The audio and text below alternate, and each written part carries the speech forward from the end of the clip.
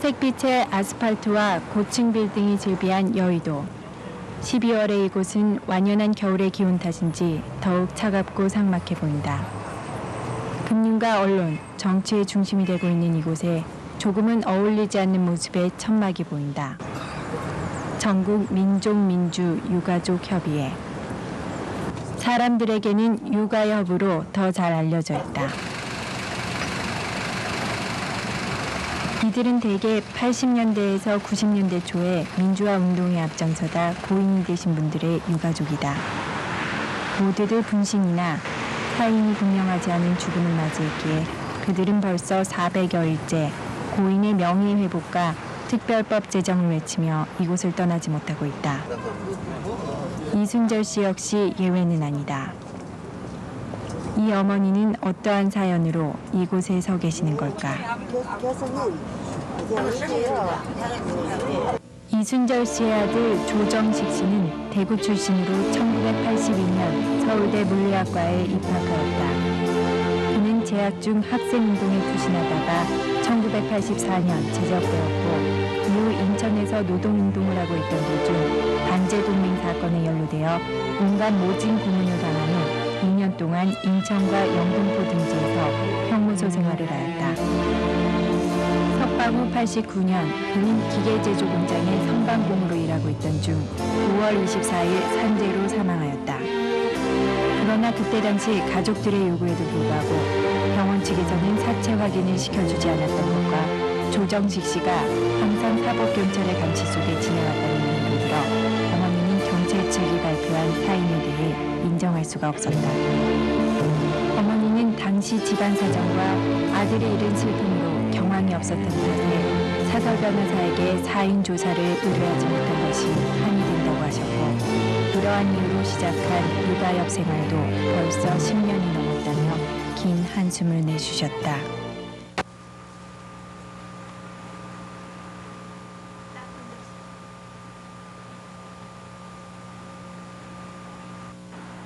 오래간만에 포근한 날씨를 핑계 삼아 어머니 이순절 씨는 아들 조정식 씨의 묘가 안치돼 있는 마석의 모란공원을 찾았다.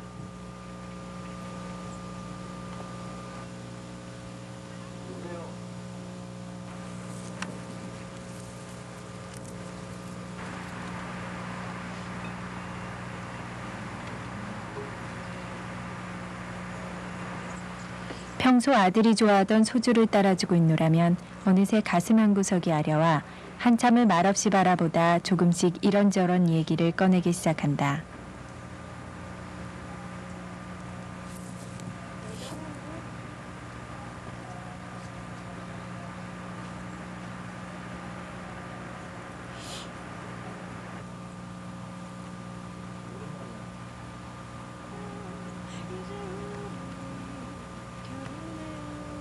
병이 방에 거룩하대. 엄마 맨날 못 오고 그랬더니 누구 자취하는데 맨날 못 오고 그랬지. 잘 있다고 잘 먹고 잘 있다고.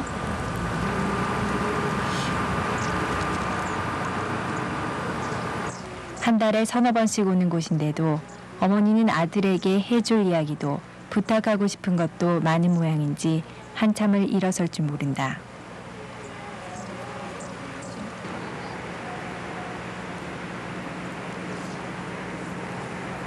아들과의 이야기가 끝나면 이순절 씨는 정성 들여 벌초를 하곤 한다.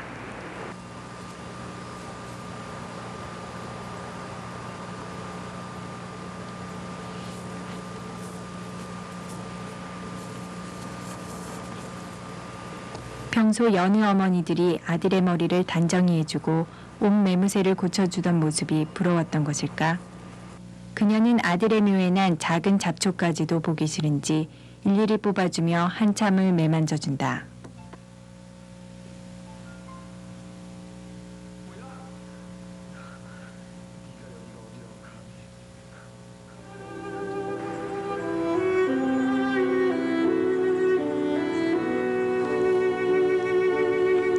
이젠 아들에게 작별 인사를 해야 하는데 오늘 역시 발길이 잘 떨어지지 않는다.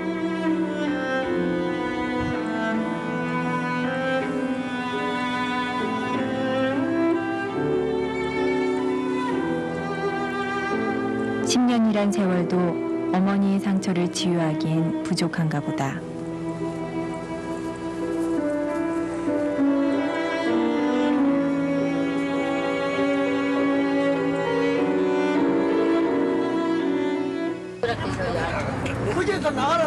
여의도의 천막에 돌아오니 이순절 씨의 기분이 조금 나아진 듯 보인다.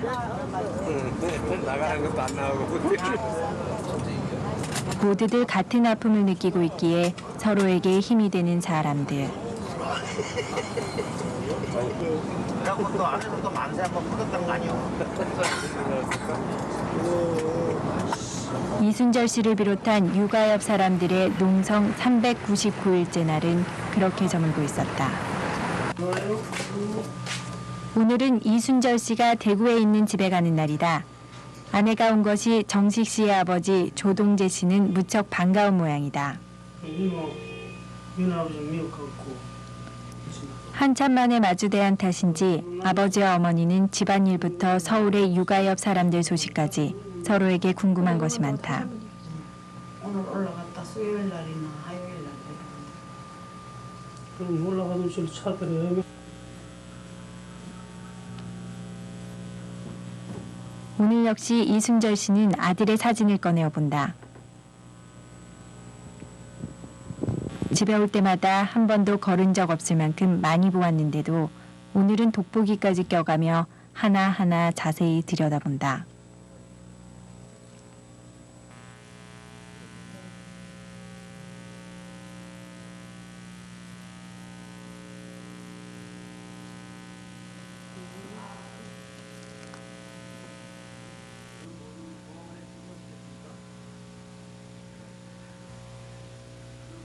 조정식 씨는 자라면서 단 한 번도 부모님의 걱정을 끼쳐드린 적이 없었고 학교에서 또한 우등생이었다.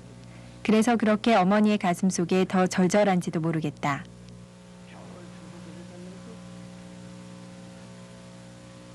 가해라고는 뭐참 한번 할 시키려고 생각도 안 했고 항상 도서관에서 11시까지 그래 공부하고 장학금 받으면 이제 아버지 없는 애들 돌려주고 그것도 학교에서 걔가 우리가 알았거든. 그리고 공부 장학금만 받았지 싶은데 집에 와가 이야기를 안 하는 거라. 그래 어머니 장학금을 못 받았나 하긴 우리는 아버지가 있기 때문에 이제 아버지 없는 애를 줬다고 그렇하더라고요. 그래가지고 아이고 참 그렇게 할 말이 없지. 우리가 내가 다 부끄럽지.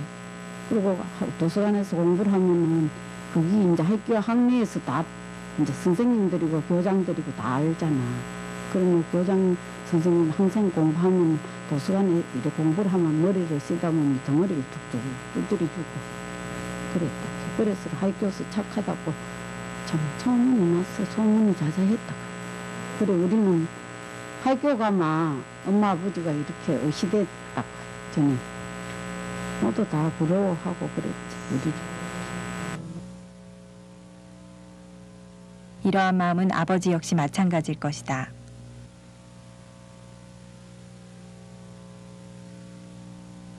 아버지 조동재 씨는 아들이 학교에서 제적된 것에 대해 무척 실망하였고 곧 미국으로 떠났다. 그리고는 아들이 숨을 거두는 그날도 보지 못하였다고 한다. 아버지는 그것이 평생의 한이 될 것 같다고 말씀하셨다. 출퇴해가지고 내가 또 미국 또 다시 들어가게 돼 있거든. 근데 김포항까지 이제 대구서 비행기 타고 나가 둘이 갔다. 또 엄마는 안 가고. 그런데 그 공항 근처에 여관을 하나 정했는데 거기서 이제 그 가게가지고 맥주로 2번 사고 오징어 안주 하나 하고 해가지고 둘이가 여관방에서 이제 같이 먹었어. 그런데 침대에 이제 잠을 자는데 내 옆에 좀 지가 자고 한밤중 됐는데 무엇이 나 손을 다 잡는 거야. 그래서 눈을 또 정식이가 누가 이손 가지고 있잖아. 내 손 탁 지가. 그 일이 많이 처지고 지가 이제 죽기 전에 나한테 이제 편지한다고 거기 마지막 유서가 됐던 거라. 아버지 뒷모습 보니 머리가 허해가지고 참 장난이다. 가슴이 아프다. 그게 제일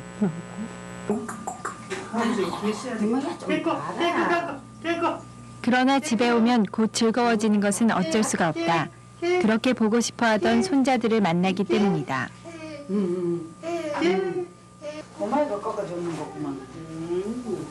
모양. 어머니는 금세 얼굴이 환해진다. 이때만은 다른 할머니들과 별반 차이가 없다. 하나도 안 보고 싶지? 손자들의 짓궂은 장난에도 마냥 즐겁기만 한 모양이다. 네, 어디? 어머니는 아주 오랜만에 근심을 잊어버린 행복한 모습이었다.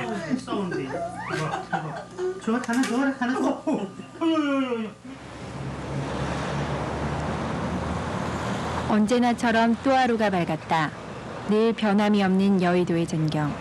그것들만큼이나 익숙하게 육아협의 아버지와 어머니들은 또다시 국회 앞으로 나간다. 아들의 명예만 회복된다면 이제 눈을 감아도 여한이 없다는 어머니 이순절 씨.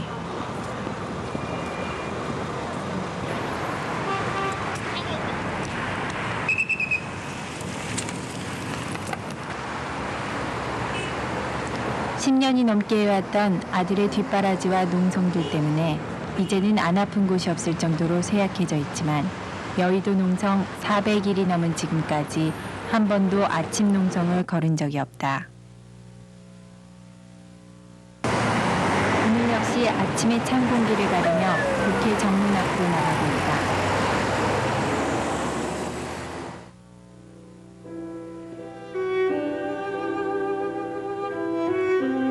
어머니는 10년을 하루같이 기도하고 있다. 아들의 명복과 자신의 소망들을 간절히 기원하며 그 모든 것들이 이루어지기 전까지는 늘 그렇게 한 가지의 마음으로 살아갈 것이다.